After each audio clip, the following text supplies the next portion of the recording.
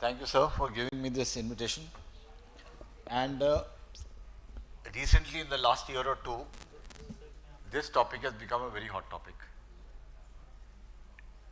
And I'll tell you the reason why at the end. But before we start, the, we have to understand the concept of abrasions, spherical abrasions. We all understand refractive errors. 2 number, 3 number, 4 number, minus 1, 2. But we really don't focus on spherical abrasions, which is happening simultaneously in all situations, but because it is negligible and the company automatically takes care of things, so it does not come into our day-to-day working. It does not affect us on a day-to-day working. However, once in a while things go wrong, and recently one case got highly highlighted, and then suddenly the interest was back. What is happening? What went wrong? What should we have done? What should ophthalmologists have done in such a situation? So let's see. So I'll take you from the beginning. First, to understand the concepts of spherical abrasion. So, if a ray of light, a parallel beam of light is coming through a lens, then there is a central beam of light going to the central optics and the peripheral beam of light going to the peripheral optics. And all the light should come to a focus at one point, which is your targeted point. And when all the light gets focused on your targeted point, you have the best focus and the best quality of vision. That's the statement. Now, it always doesn't happen like that. Sometimes the focus can be in front of the retina, let us say. Sometimes the focus can be 100% on the retina. Sometimes the focus can be behind the retina. That is where the spectacle power comes in. But when the focus is on retina and the central rays of light are focusing on the retina and the peripheral bundle of lights are focusing in front or behind the retina, right? So the central rays of light are focusing on the retina. The peripheral bundle of lights are focusing in front or behind the retina. So this is what induces spherical abrasions. So there is spherical, there is coma, there is trefoil. It's a long thing, but we are primarily talking about spherical abrasions. So, for example, if you look in the B diagram, the central rays of light are focused on the retina. The peripheral rays of light are focused where this arrow is behind the retina. So it is negative spherical abrasion.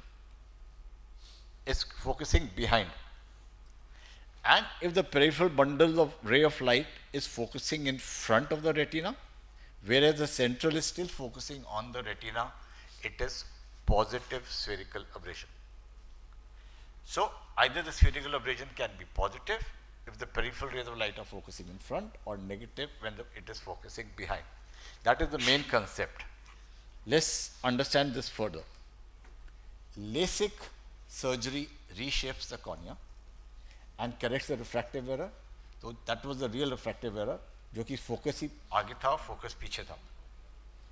But at the same time, it introduces spherical abrasions which affect the quality of vision. If the spherical abrasions are minimal, it really does not affect. But if they go beyond a certain point, they start causing a loss of contrast, halos and glare. So, I'll show you a animation which I made almost 15 years back, and today it still holds very well. So, here you see the central bundle of light and a peripheral bundle of light.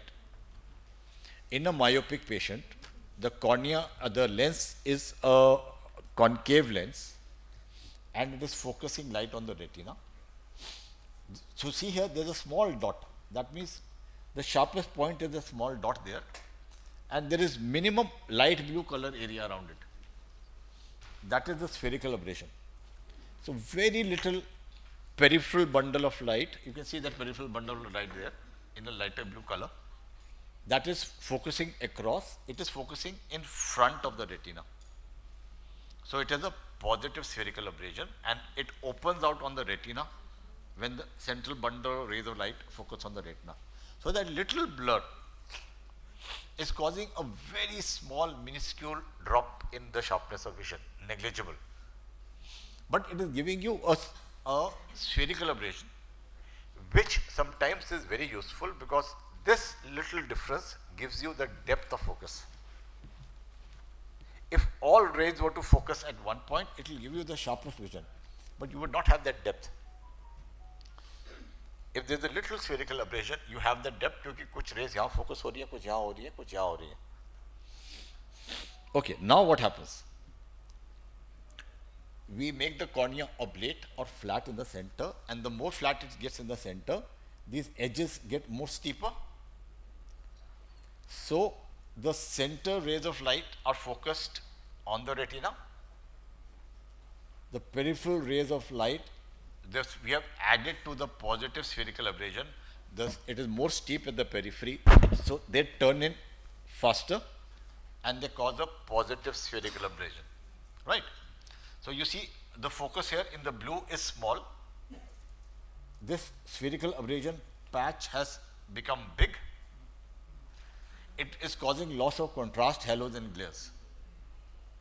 That is why when the higher and higher powers we treat in LASIK, simple LASIK, the spherical element increases unless it is negated by some kind of a treatment during LASIK, which most of the machines do automatically these days. Now, so see optimized LASIK, which we call it. In optimized LASIK, what we have done is, along with the central rays of light, we have also curated the peripheral edge, so that the peripheral rays of light are also getting focused along with the central rays of light. So we have not added to the spherical aberration in a modern day LASIK, right? Okay, then let's go with these diagrams now. If you can see this diagram and tell me what is happening. Let me tell you, these yellow rays of light are focused on the retina. The peripheral rays of light are focused in front of the retina, positive spherical aberration. And in this condition, when you have flattened the cornea, you have induced more positive spherical aberrations from the peripheral bundle of light, and this area of blur has increased. This causes loss of sharpness or the quality of vision. So, small optical zone diameters and increased oblateness, that means flat cornea, within the optical zone increase positive spherical aberration after myopic excimer laser correction. Now, you may have to put a little mind to understand this. Here is the cornea, here is the lens. Normally, in a young human being, the cornea is positive spherical aberration and the crystalline lens is negative spherical aberration, and they counteract each other. That is why the vision quality in a young person is very good. With age, our natural crystalline lens becomes thicker in size, and as it becomes thicker in size, its power increases. And the rays of light focus closer. That means it is also developing positive spherical aberration. So cornea is positive spherical aberration, the crystalline lens is positive spherical aberration, and together they reduce the quality of. Dr. Sanjay, 1 minute more. Okay, sir. I'll just go on to the topic first. Yes. Okay. So now on this, the cornea has a +3 positive spherical aberration. The natural lens has a -0.2 spherical aberration, and we have some 3 combinations. Either the plus and minus neutralize each other, sharpest vision, +3 -0.2 perfect condition. This is seen in lenses like Acrisoft IQ and Technis IS where the spherical aberration is minus zero point 0.2, and if it is plus 3 cornea and plus 0.28 if you use the plus spherical aberration, the plus and plus adds. Coming to the right IOL selection, hyperopic LASIK and a myopic LASIK. This is a myopic LASIK. But myopic LASIK has induced a just 1 minute more. Myopic LASIK has induced a positive spherical aberration. And now to neutralize it, if I have to do a cataract surgery and put a lens in the eye, to neutralize the positive, I have to put a lens which has a negative spherical aberration. And a negative spherical aberration is called an aspheric lens. In the center, it's focusing here. At the periphery, it is focusing behind the retina. So, after LASIK, myopic LASIK, you are putting a negative spherical aberration. Vice versa. This is a hyperopic LASIK. Here, hyperopia induces the negative spherical aberration. The peripheral ray of light is behind then the normal, and so you have to use a lens which has positive spherical aberration to neutralize that negative spherical aberration in a hyperop. So you would use a spherical lens like this, which means this is the list of lenses.